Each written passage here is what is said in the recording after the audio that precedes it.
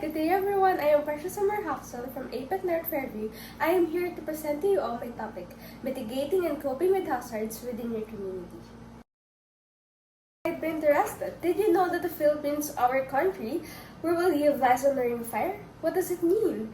It means that the Philippines is located along a typhoon belt at the so-called Ring of Fire, a vast Pacific region where many of Earth's earthquakes and volcanic eruptions occur.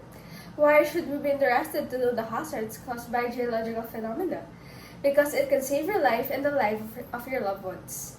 We are prone to hazards caused by geologic processes, natural disasters such as typhoons, earthquakes, floods, volcanic eruptions, landslides, and fires that affect our country, our economy, and the lives of our loved ones.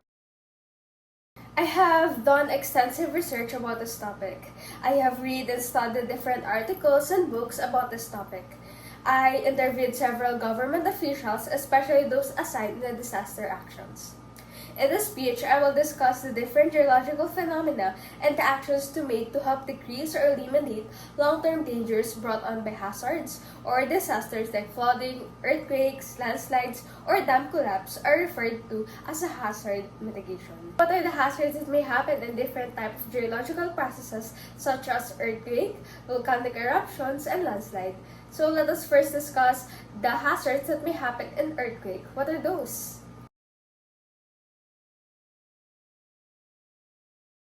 So, the number one is ground shaking. It is a both hazard created by earthquakes and the trigger for other hazards such as landslide. The number two is a surface faulting or rupture. This happens in some areas, especially if the focus of the earthquake is shallow. A fault rupture may break through the earth's surface, deforming the ground and producing deep roots, steep banks, and lateral displacements. It can also result in a landslide. Landslides can destroy homes, can wipe out large tracts of forest, destroy wildlife habitat, and remove productive soils from slopes. Now, let us discuss the hazards that may happen in the event of volcanic eruptions. What are those? Lava. Lava can erupt as fire fountains or lava flows, or as step-sided domes. Lava may destroy buildings and infrastructure, but it moves relatively slowly, so it's rarely a direct threat to people. Number two is the percastic flows. It is hot avalanches of rock and ash and gas that travel down volcano slopes at high speeds. They may be very dangerous close to a volcano. It can destroy almost everything in this path, causes fire and floods, and bury everything under mixtures of rock, ash, and accumulated debris. Let's proceed to the number three. Number three are lahars. Lahars are hot or cold mixtures of water and volcanic debris that form when volcanic materials interact with water, ice, snow, or loose wet sediments. Lahars are most dangerous close to a volcano.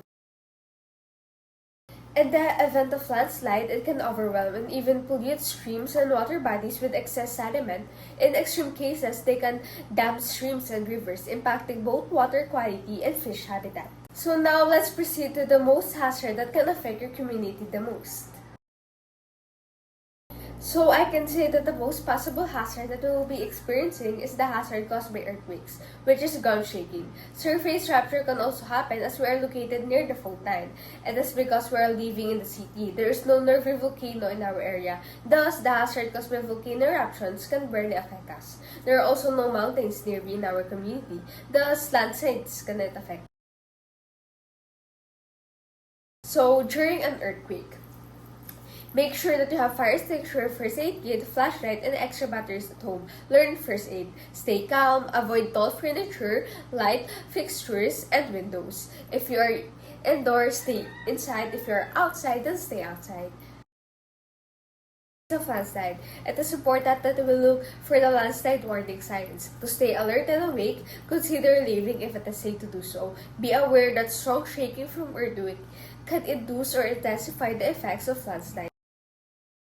So, in case of volcanic eruptions, develop an evacuation plan and a sheltering plan for yourself, your family, and others in your household.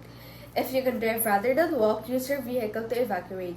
When driving, keep doors and windows closed. Drive across the path of danger if you can or away from the danger. It is the clear cutting, slash and burn, and explosive.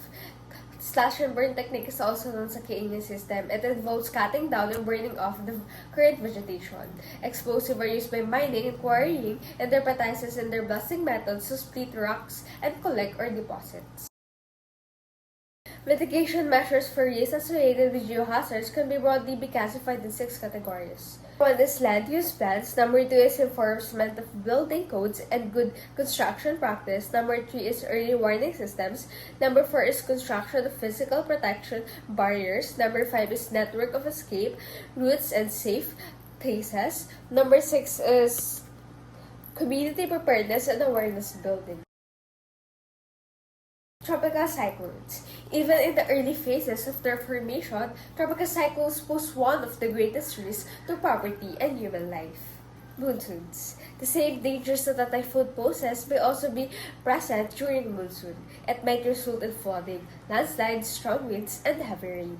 Floods. The risks connected to flooding can be broken down into 3 categories. Primary risks that arise from coming into contact with water, secondary risks that result from flooding itself, such as service disruptions, health risks like famine and disease, and tertiary risks like shifting river channels. Tornado, also known as an ipo-ipo, is an extremely fast-moving wind that appears as a funnel-shaped cloud on land. A tornado's powerful wind may leave and throw whatever it comes into contact with.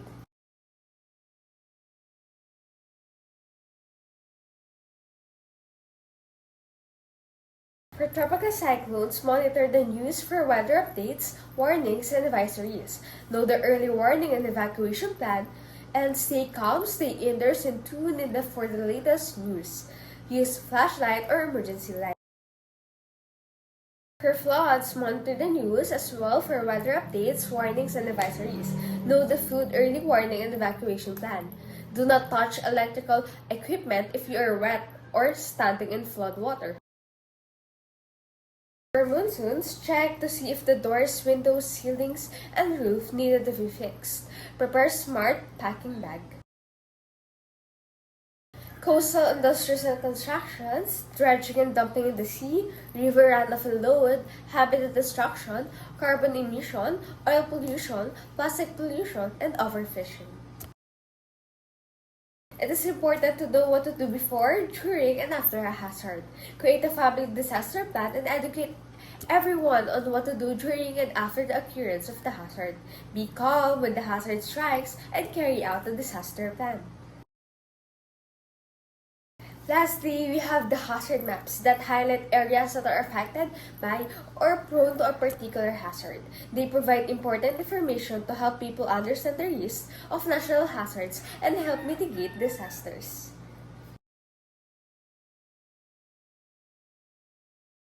We have discussed the different geological phenomena and the actions to be made to help decrease or eliminate long-term dangers brought by hazards or disasters like flooding, earthquakes, wildfires, and landslides. Truly, there is nothing we can do to stop the geological hazards from happening, but we can minimize the disasters that brought by this. And disaster preparedness is everyone's responsibility. The Earth is in a constant state of change, complex and dynamic. Thus, let's all be prepared. Never turn your back onto Mother Earth.